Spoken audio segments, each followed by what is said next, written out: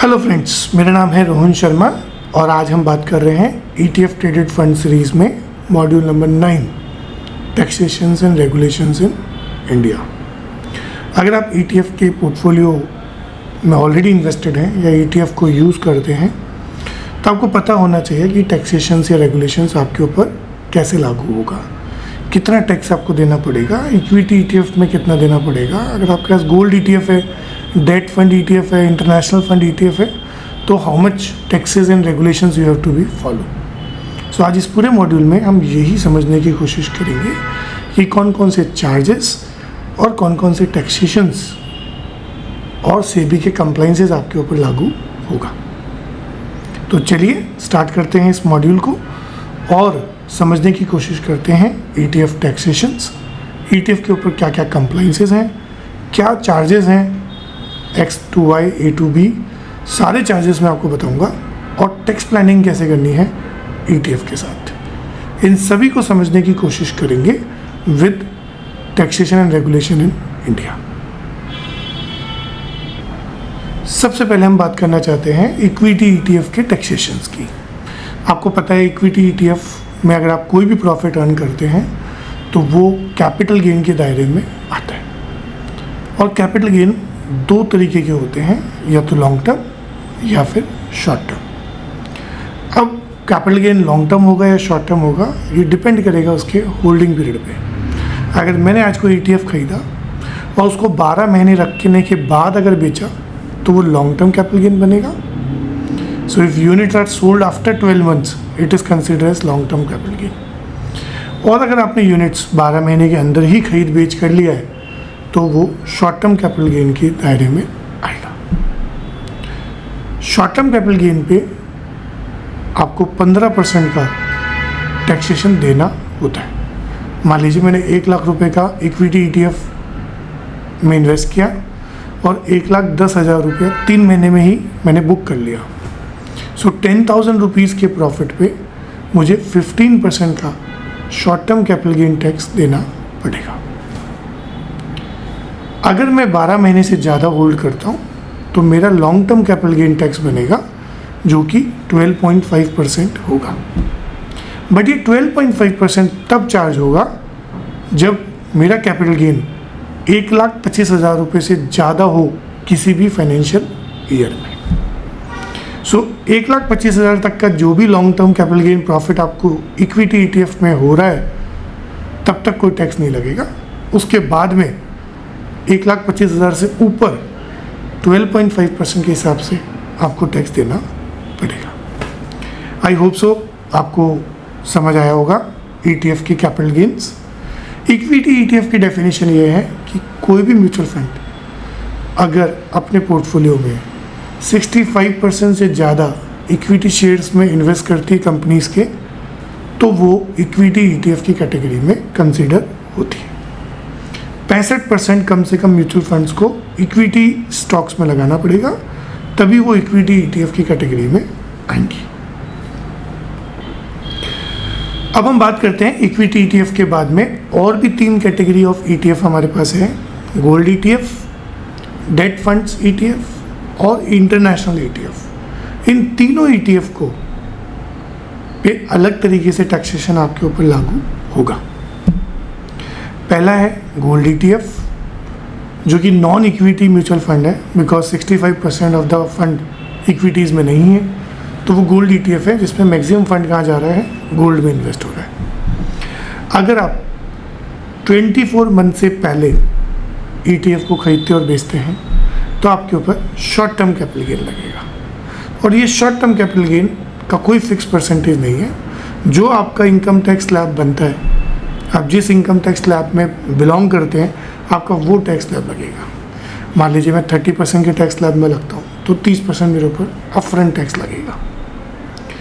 अगर मैं 24 महीने के बाद बेचता हूँ तो 12.5% मेरे ऊपर टैक्सेशन लगेगा। होल्डिंग पीरियड गोल्ड ETF का बड़ा सिंपल है, इक्विटी ETF 12 महीने, गोल्ड ETF 24 महीने। कोई भी डिविडेंड अगर आपको मिलता है वो भी इनकम टैक्स स्लैब के हिसाब से टैक्सेबल होगा। STT आपके ऊपर एप्लीकेबल है, वो सभी ट्रांजेक्शन्स पे एप्लीकेबल होती है तो कोई बड़ी बात नहीं है। अगर आपने डेट फंड ETF में इन्वेस्ट कर रखा है जो कि नॉन इक्विटी ETF है, वहाँ भी 24 मंथ्स का ही जो रूल है वो आपके ऊपर लागू होगा। 12 महीने से कम है तो as per the income tax slab, 24 महीने से कम है तो short term capital gain as per the income tax slab आपका चार्ज होगा।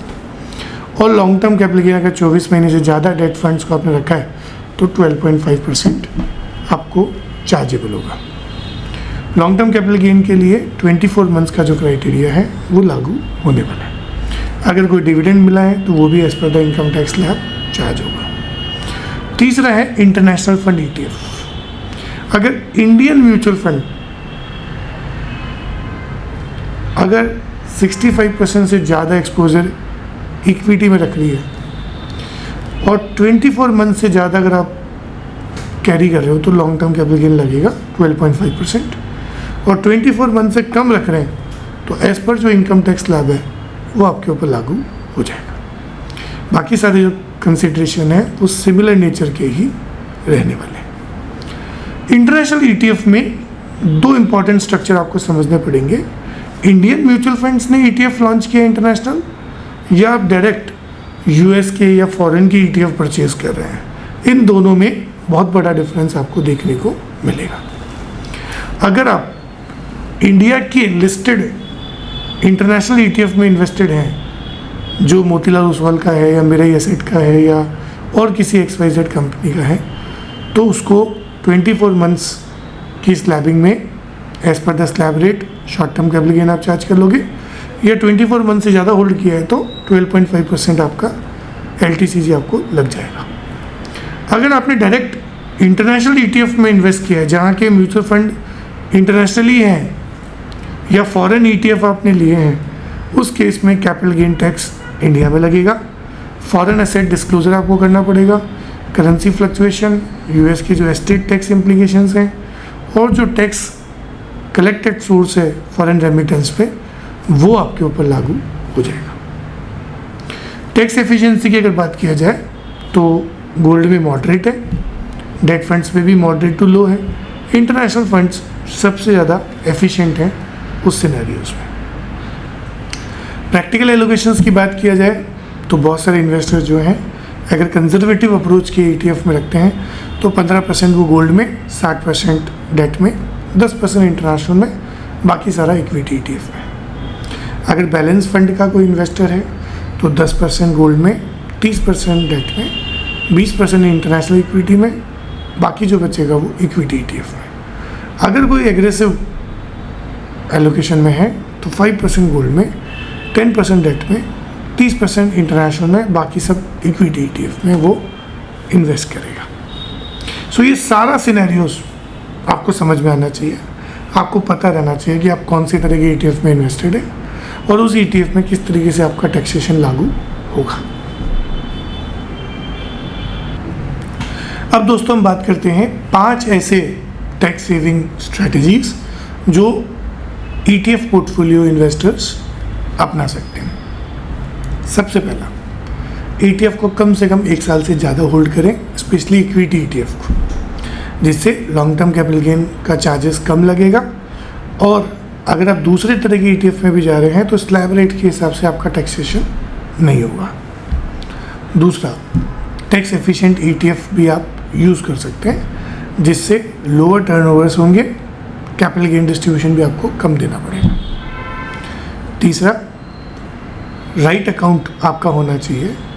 अगर आपका ETF से कुछ कैपिटल गेन आ भी रहा है तो आप और दूसरे टैक्स सेविंग्स इंस्ट्रूमेंट्स में उस पैसे को लगा के आप सेविंग कर सकते हो। आप लॉस भी हार्वेस्ट कर सकते हो। अगर साल ख़त्म होने से पहले अगर आपको लगता है कि आपके अच्छे खासे कैपिटल गेन टैक्स बनेंगे और अगर किसी और दूसरे ETF में आपको लॉसेस चल रहे हैं या इक्विटी स्टॉक्स में अगर आपको लॉसेस चल रहे हैं तो वहाँ लॉस बुक करके आप साल ख़त्म होने के बाद में दोबारा से इन्वेस्ट कर लीजिए और जो भी लॉस आपको होगा वो आपके कैपिटल गेन को कम कर देगा और उस कमी के कारण आप अपने टैक्सेशंस को बचा पाएंगे। इसके अलावा एसेट एलोकेशंस में अलग अलग कैटेगरी के ETF को रखने से भी आपको बेनिफिट होगा, बिकॉज उसका इम्पैक्ट आपको अलग अलग ETF के टैक्सेशंस का बेनिफिट आपको मिल पाएगा।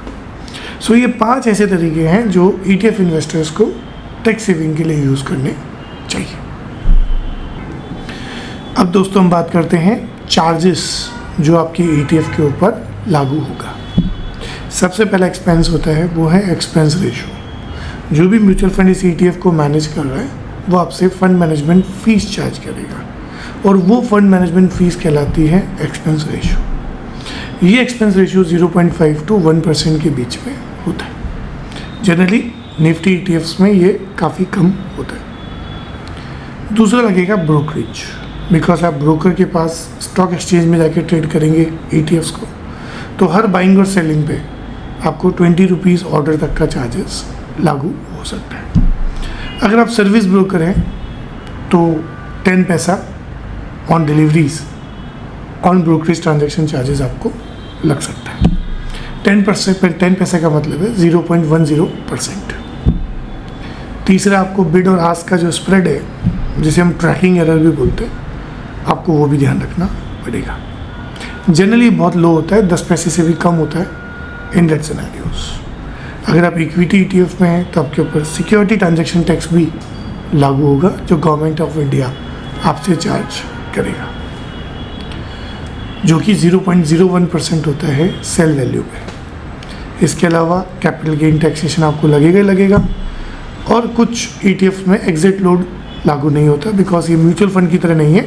इसे आप कभी भी एंट्री कर सकते हैं और कभी भी एग्जिट कर सकते हैं। सो ये वो सारे खर्चे हैं जो आपको बियर करना पड़ेगा।